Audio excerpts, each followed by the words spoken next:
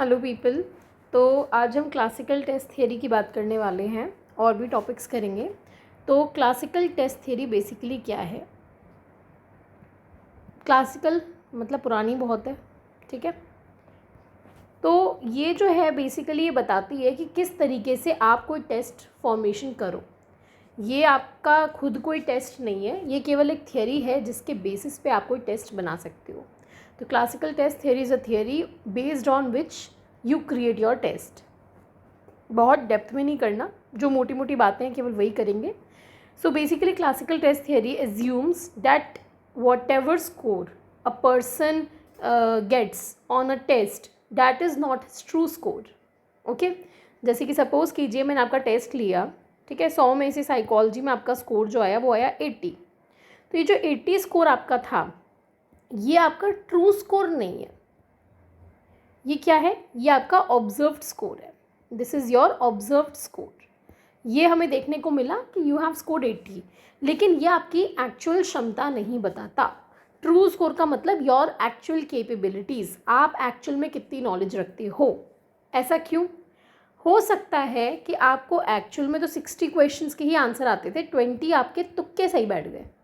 तो ये जो ट्रू स्कोर है आपका वो 60 था, 20 क्या है? ये एरर है, ठीक है। या फिर ये हो सकता है कि आपको आते तो 90 थे, लेकिन आप नर्वस थे या आपकी तबीयत ख़राब थी, आपने क्वेश्चन ढंग से नहीं पढ़े, इसलिए आपके 10 नंबर कम हो गए, 10 क्वेश्चन आप गलत कराए। तो यहाँ पे ये 10 जो है ये आपका एरर है। सो बेसिकली आपका जो ऑब्जर्व्ड स्कोर है it is made up of your true score and your error score. ये आपको बात याद रखनी है। Okay fine. सो इसको हम रिप्रेजेंट करते हैं x is equal to T plus E.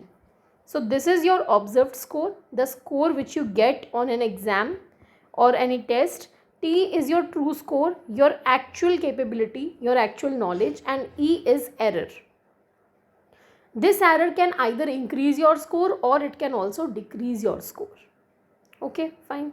So basically ये जो theory है classical test theory, it has been formulated by many psychologists. They all have given their good contributions, but Charles Spearman का इसमें नाम ज़्यादा आता है। Okay, but this is not that कि Charles Spearman ने ही दी है, उनके अलावा और भी लोगों के इसमें काफ़ी contributions रहे हैं।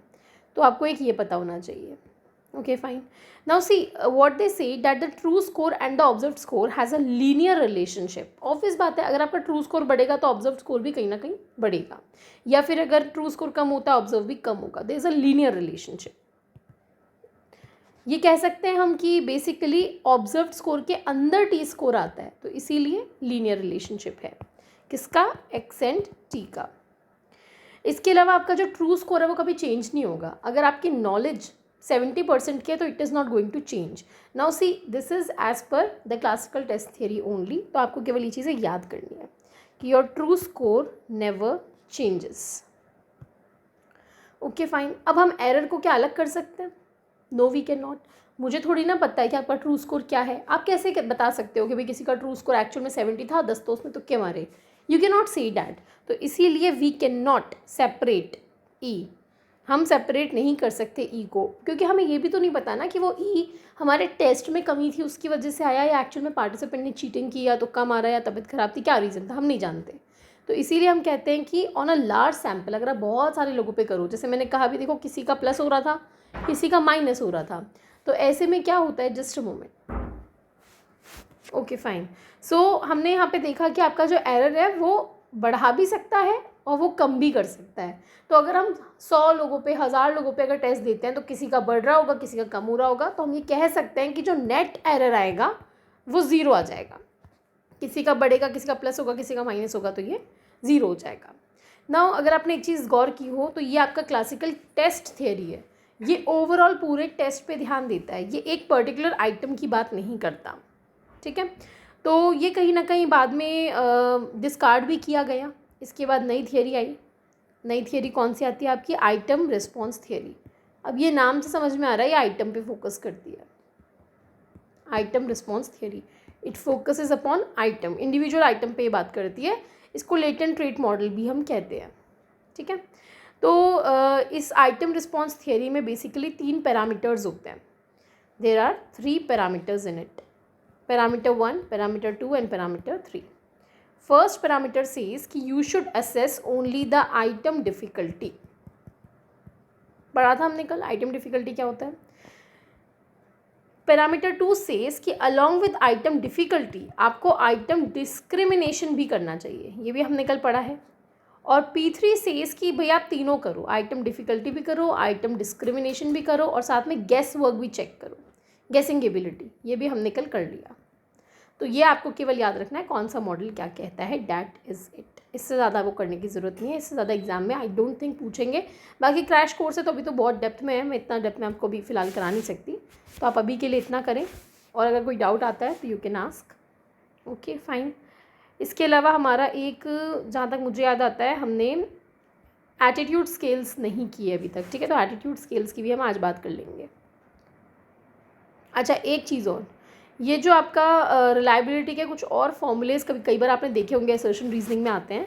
तो बेसिकली जो रिलायबिलिटी है, ये मैं आपको CTT क्लासिकल टेस्ट थियरी के बेसिस पे बता रही हूँ कि रिलायबिलिटी जो होती है ये होता है आपका true variance upon total variance.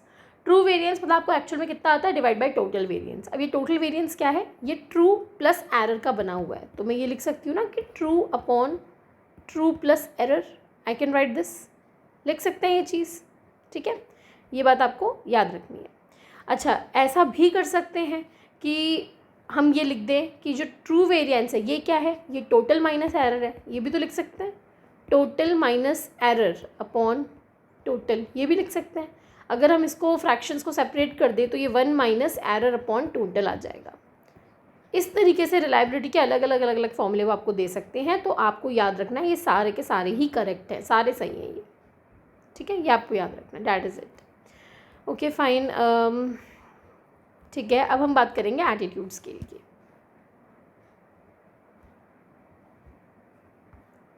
Attitude क्या होता है ये हम ऑलरेडी डिस्कस कर चुके हैं. एटीट्यूड का ABC मॉडल हम डिस्कस कर चुके हैं. ABC मॉडल में ABC किसके लिए स्टैंड करते हैं, A, B and C. A stands for your affective component, आपके इमोशंस, आप कैसा फील करते हो. B स्टैंड्स फॉर बिहेवियर, आप क्या काम करते हो. और C स्टैंड्स फॉर कॉग्निटिव, आप क्या सोचते हो. तो बेसिकली आपको थोड़ा सा अपना माइंड देखो यहाँ खुला रखना पड़ेगा अगर ये कंसेप्ट समझना है. तो एटीट्यूड स्केल का मतलब ये है कि जो भी टेस्ट्स बनते हैं वो इन एटीट्यूड स्केल्स के बेसिस पे बनते हैं. जैसे अभी मैंने 2 थ्योरी पढ़ाई, मैंने कहा उनके बेसिस पे आप टेस्ट बनाते हो, वैसे ही इन एटीट्यूड स्केल्स के बेसिस पे आप कोई भी टेस्ट जो है वो बनाते हो. एटीट्यूड के मेजरली एटीट्यूड के टेस्ट आप बनाते हो. तो अलग अलग जो पैटर्न्स हैं, हम बेसिकली पैटर्न पढ़ रहे हैं कि हमारे जो टेस्ट होता है वो किस किस प्रकार के हो सकते हैं. हम वो प्रकार पढ़ रहे हैं, हम टेस्ट खुद नहीं पढ़ रहे. हम एटीट्यूड का सोडीज एटीट्यूड स्केल नहीं पढ़ने वाले. हम पढ़ने वाले हैं कि वो बना किस तरीके से है, वो किस ब्लूप्रिंट पे बना है, उसका क्या ढांचा है, हम वो ढांचे पढ़ने वाले हैं, ठीक है. तो एटीट्यूड स्केल. अच्छा, एक और चीज़, ये जो मैंने आपको बताया ये तीनों चीज़ें, इन्हें हम क्या कहते हैं, इन्हें हम कहते हैं डायमेंशंस. तो अगर मैं एक ऐसा स्केल बनाती हूँ जो ये मेजर करना चाहता है कि आप किसी चीज़ के बारे में क्या फील करते हो, केवल और केवल आपकी फीलिंग, आपके इमोशंस, आपके अफेक्शंस में मेजर करना चाहती हूँ, तो मैं कह सकती हूँ कि वो एक यूनिडायमेंशनल स्केल होगा. यूनिडायमेंशनल मतलब केवल एक डायमेंशन को वो मेजर करता है. लेकिन सपोज़ कीजिए मैं ये मेजर करना चाहती हूँ आप क्या फील करते हो और आप क्या सोचते हो, दो चीज़, या आप क्या फील करते हो, आप क्या सोच करते हो और कैसे आप बिहेव करते हो. मैं आपका प्रेजुडाइज, स्टेरियोटाइप, डिस्क्रिमिनेशन तीनों ही मेजर कर रही हूँ एक साथ. तो ये है मल्टी डायमेंशनल. मतलब आप मोर देन 1 डायमेंशन मेजर कर रहे हो. ये 3 ही डायमेंशन है जिनकी हम यहाँ बात करने वाले हैं. इन तीनों डायमेंशंस में से अगर कोई भी एक ही डायमेंशन पे आपका फोकस है तो वो यूनिडायमेंशनल है. But if you are focusing on 2 और more than 2 dimensions at a time in the same test, then that is your multidimensional test. ठीक है, आई होप समझ में आया होगा. अगर देखो थोड़ी सी स्टैटिस्टिक्स वगैरह है, रिकॉर्डेड क्लास है, कोई चीज़ समझ नहीं आती या तो कमेंट्स में डाल देना या फिर टेलीग्राम ग्रुप पे डाल देना, मैं उसके लिए आपके लिए वीडियो रिक्रिएट कर दूँगी. ठीक है, तो डायमेंशन मैंने आपको क्लियर कर दिया क्या होता है. चलिए अब सबसे पहले first type of attitude scale की हम बात करते हैं. तो ये है आपका स्केलोग्राम.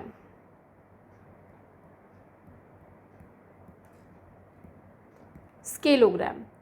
तो बेसिकली ये जो स्केलोग्राम था, इसको जो दिया है, ये दिया है बोगार्डस ने। आपने कभी नाम सुना हो तो, बोगार्डस ने ये स्केलोग्राम दिया और इन्होंने उसको खुद का नाम दिया। क्या नाम दिया? Bogardus social distance scale. ये ओरिजिनल बोगार्डस का दिया हुआ है। स्केलोग्राम बेसिकली दिया उन्होंने था, पर उन्होंने नाम स्केलोग्राम नहीं रखा, उन्होंने नाम रखा बोगार्डस सोशल डिस्टेंस स्केल।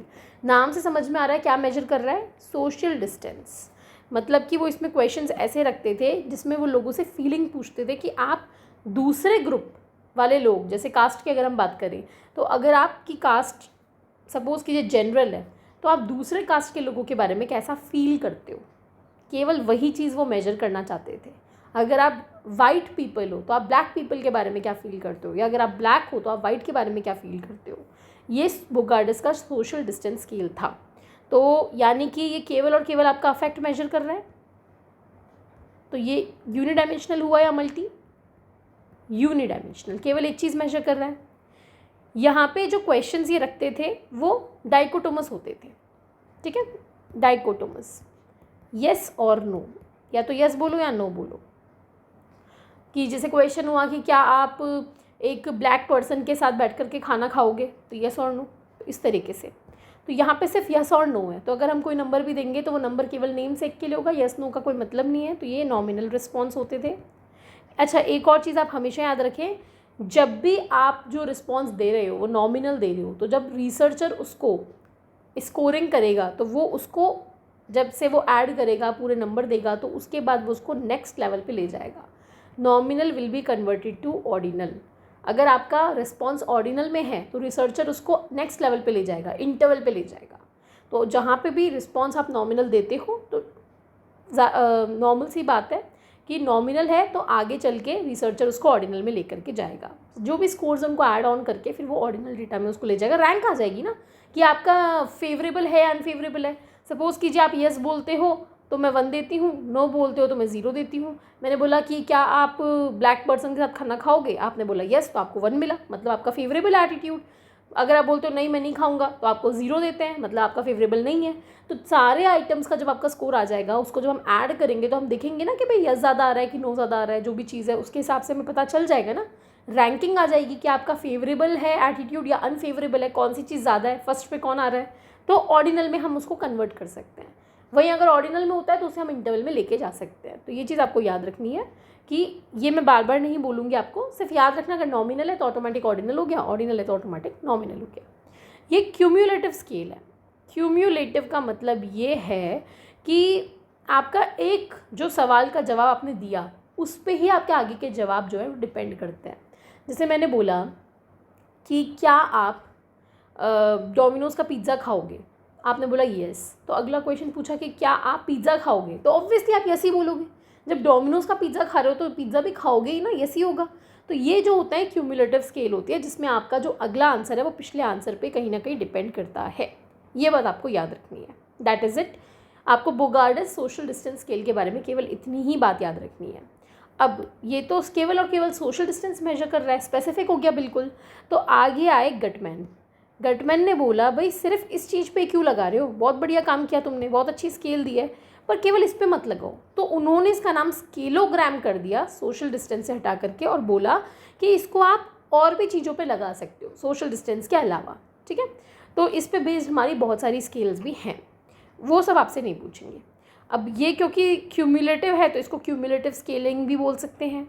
ये भी आपका यूनिडायमेंशनल है, ठीक है, ये भी आपका डाइकोटोमस है, ये भी नॉमिनल से ऑर्डिनल जाएगा, बिल्कुल सेम एज इट इज़, जैसा ये था वैसा का वैसा सारा मामला यहाँ पे भी आएगा, बस नाम बदल दिया है। यूनिडायमेंशनली आप एक बार में एक ही चीज़ मेजर करोगे, या तो ए या बी या सी। Okay fine. इसके बाद हम बात करते हैं लुइस थर्स्टन की। लुइस थर्स्टन का अगर आपको याद हो, उन्होंने क्या दिया था, एक थियरी दी थी इंटेलिजेंस की, theory of primary mental ability. तो लुइस थर्स्टन ने आपका ये दिया law of comparative judgement. Law of comparative judgement ये इन्होंने दिया, ये आपको याद रखना है। इन्होंने 3 अलग अलग मेथड दिए एक यूनिडायमेंशनल स्केल बनाने के लिए, मतलब इनकी जो स्केल होगी वो यूनिडायमेंशनल होगी, एक बार में एक ही चीज़ मेजर करेगी। 3 अलग अलग इन्होंने दिया, ठीक है। बहुत इंपॉर्टेंट काम है इनका, बहुत अच्छा कॉन्ट्रीब्यूशन है इनका। तो सबसे पहला मेथड पढ़ते हैं, 3 मेथड है, ठीक है। मेथड 3 है। सबसे पहला मेथड होता है इक्वल अपीयरिंग इंटरवल, दूसरा है सक्सेसिव इंटरवल, ये दोनों बहुत हद तक सेम है, केवल एक ही डिफरेंस है। तीसरा है पेयर्ड कंपैरिजन, ये अलग मेथड है और इस पे आपका न्यूमेरिकल आता है, ठीक है। इन दोनों को हम एक साथ पढ़ेंगे।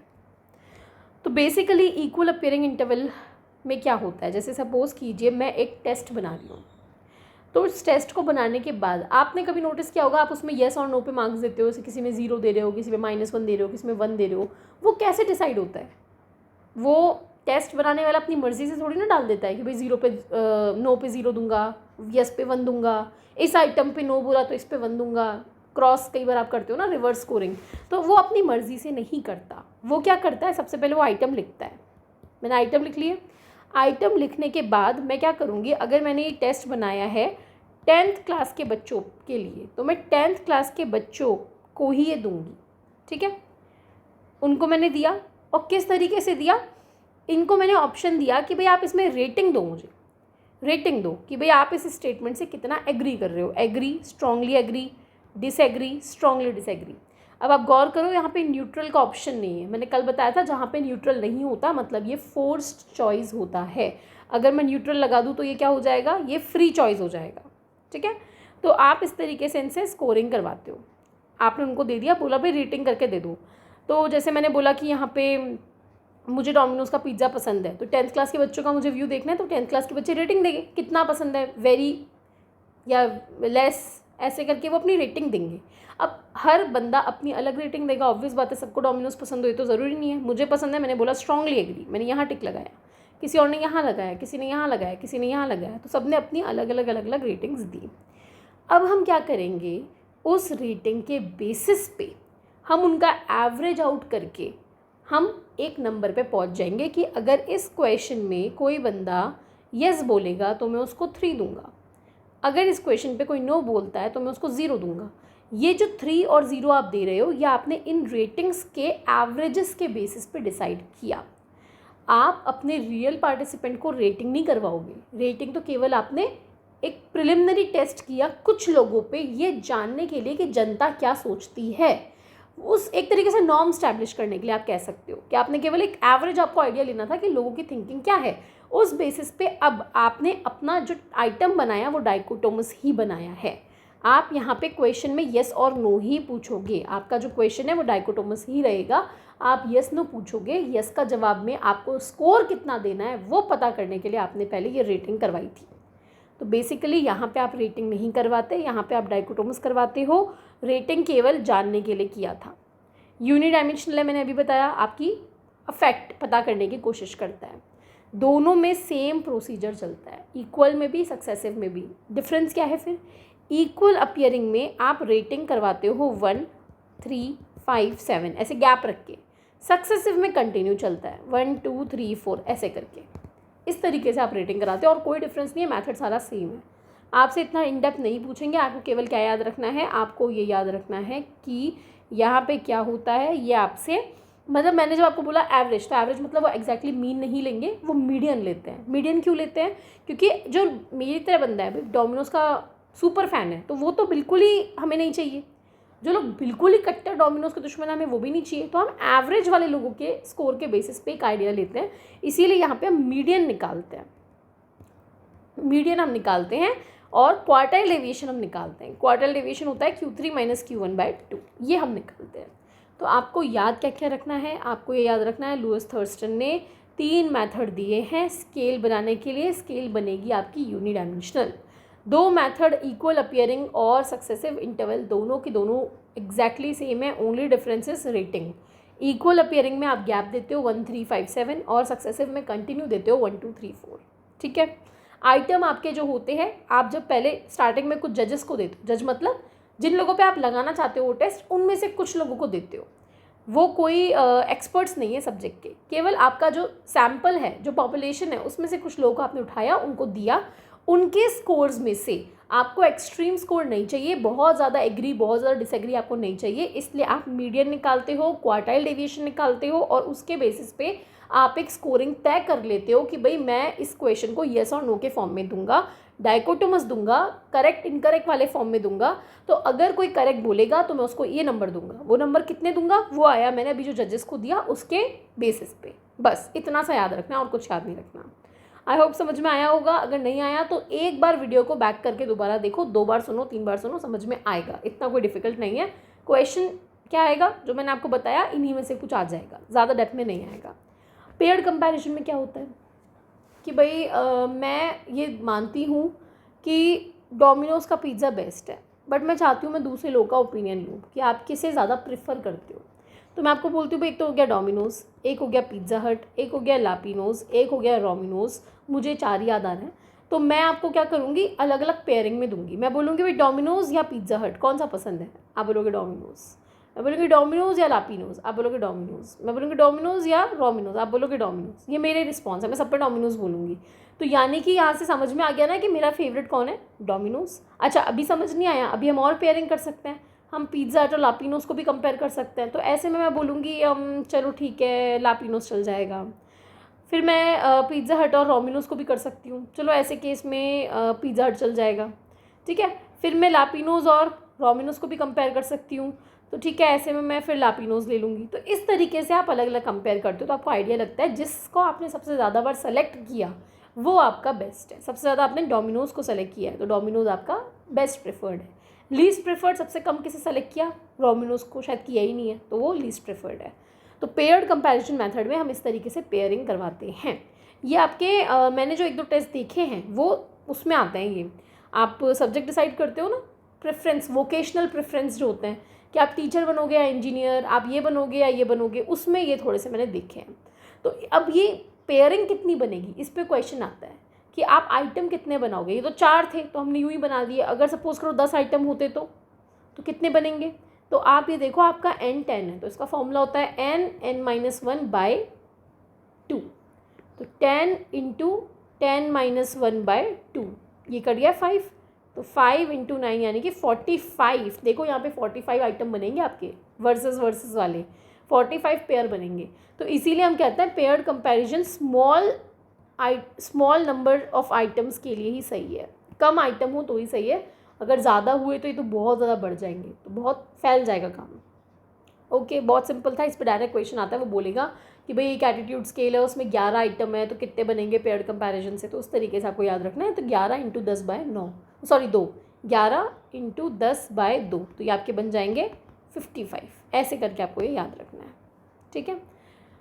Okay fine. अब इनमें जो आपका रिस्पॉन्स आया है किसमें, इनमें वो कैसा आया, इसमें येस और नो वाला आया तो ये कहीं ना कहीं ऑर्डिनल है, वो अपना फेवरेबल नॉट फेवरेबल बता रहा है पहले ही, तो इसको कन्वर्ट कर देंगे इंटरवल में। डेटा जो है इसका मैंने आपको भी बता दिया मीडियन से निकालते हैं। पेयर्ड कंपैरिजन में क्या है, इसमें आपका डेटा इंटरवल में आता है, ठीक है, और यूनिडायमेंशनल है, डाइकोटोमस है, वो सारी चीज़ें यहाँ पे सेम है आपकी, ठीक है फाइन।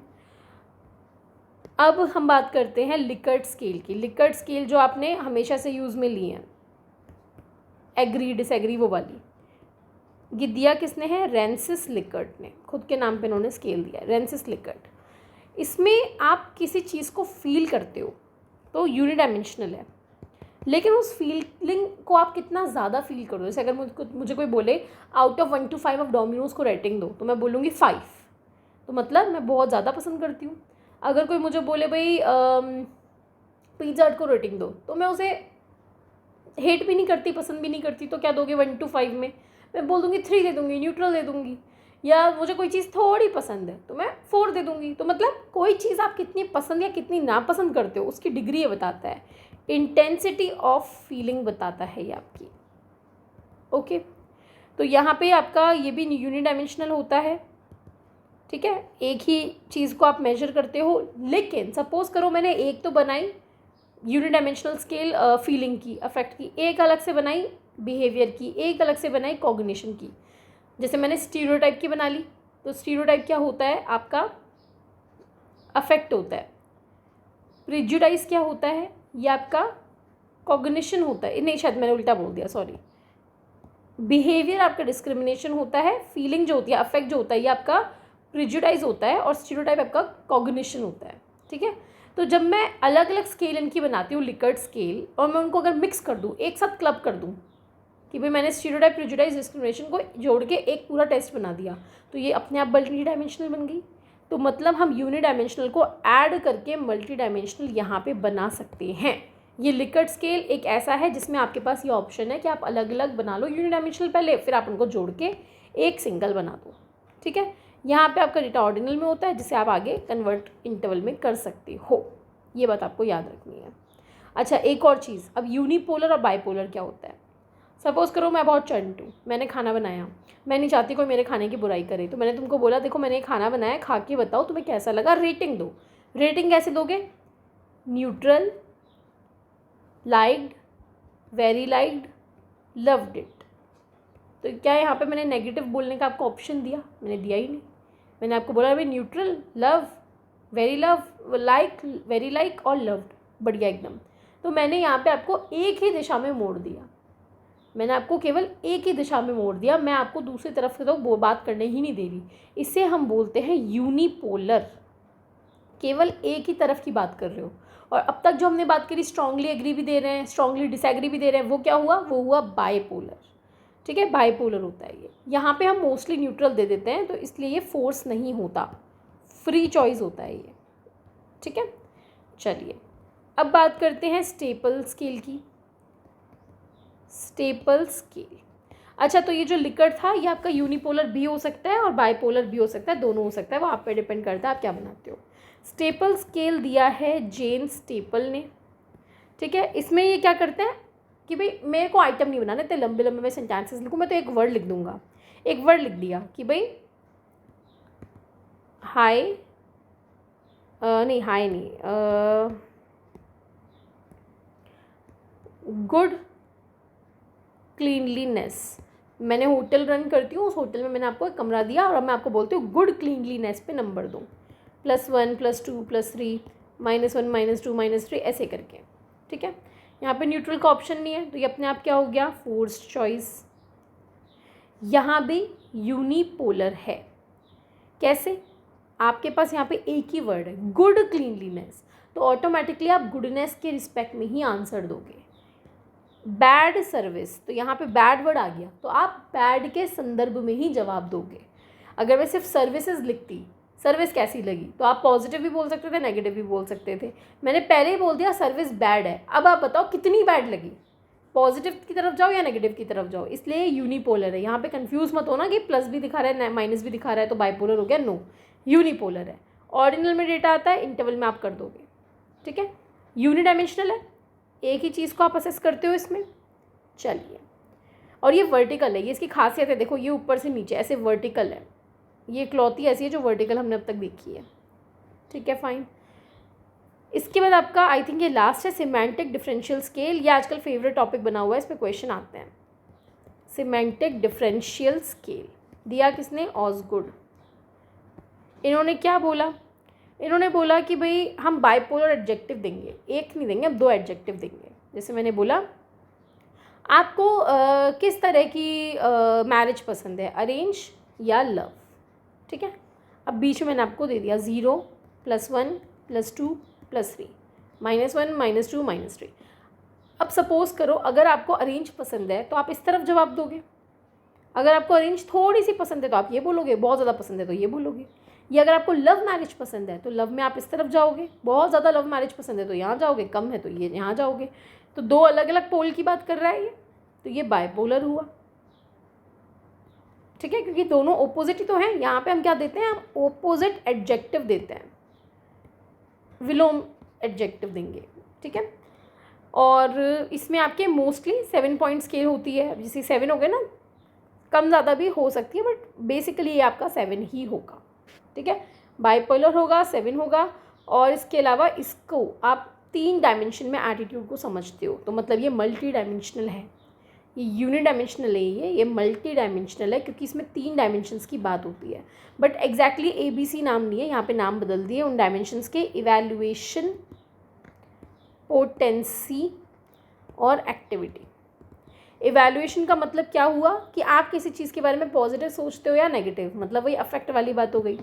पोटेंसी का मतलब वो टॉपिक आपके लिए कितना पावरफुल है, स्ट्रॉन्ग या वीक, स्ट्रॉन्ग वर्सेस वीक।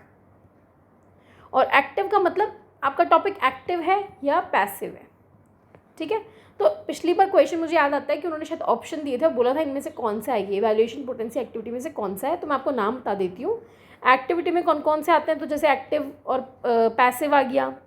मैं आपको बोल के बता रही हूँ, आप लिख लेना, थोड़ा वीडियो पॉज कर करके लिख लेना। तो सबसे पहले मैं आपको एक्टिविटी के बता रही हूँ। Active passive, tense relaxed, fast slow, hot cold, noisy quiet, bright dim, angular rounded. तो ये आप एज इट इज़ याद करें। पोटेंसी में आएगा weak, strong, small, large, light, heavy, shallow, deep, soft, hard, submissive, assertive, single, complex, single नहीं sorry simple, simple complex. Last evaluation, तो इसमें good, bad, kind, cruel, beautiful, ugly, happy, sad, positive, negative, pleasant, unpleasant, valuable, worthless. ये केवल examples हैं, हो सकता है इसमें से आए या हो सकता है बाहर से भी आ जाए, कैसे भी आ सकता है, ठीक है। यहाँ पे डेटा क्या था, ऑर्डिनल में था, उसको आप इंटरवल में ले गए। फ्री चॉइस है यहाँ पे, है ना, न्यूट्रल का ऑप्शन दिया तो फ्री चॉइस है। चलिए okay fine, that is it, इतना ही करना है। ये आपका आई थिंक टेस्टिंग जो है अब कंप्लीट हो चुका है। टेस्टिंग में आपके वो जो फॉर्मूले रहते हैं स्पीयरमैन ब्राउन वगैरह के जो हैं वो मैं आपको एक साथ करवाऊंगी, मोस्ट प्रोबेबली लाइव में, क्योंकि लाइव के लिए बच्चे ज़्यादा रिक्वेस्ट कर रहे हैं। अब हम रिसर्च भी स्टार्ट करेंगे, तो अगले वीडियो में आपकी रिसर्च स्टार्ट हो जाएगी। यहाँ तक पढ़िए, कोई डाउट आता है तो पूछिए, और फिर हम रिसर्च स्टार्ट करेंगे। रिसर्च में आपके 2 पोर्शन है, रिसर्च एंड स्टैट्स। तो रिसर्च में बेसिकली थियोरेटिकल पोर्शन ज़्यादा आता है, स्टैट्स में आपका स्टैटिस्टिकल भी आएगा, पैराग्राफ क्वेश्चंस भी आएंगे। इनफैक्ट रिसर्च पे भी आपके पैराग्राफ क्वेश्चंस आ सकते हैं। चलिए okay, bye bye, take care.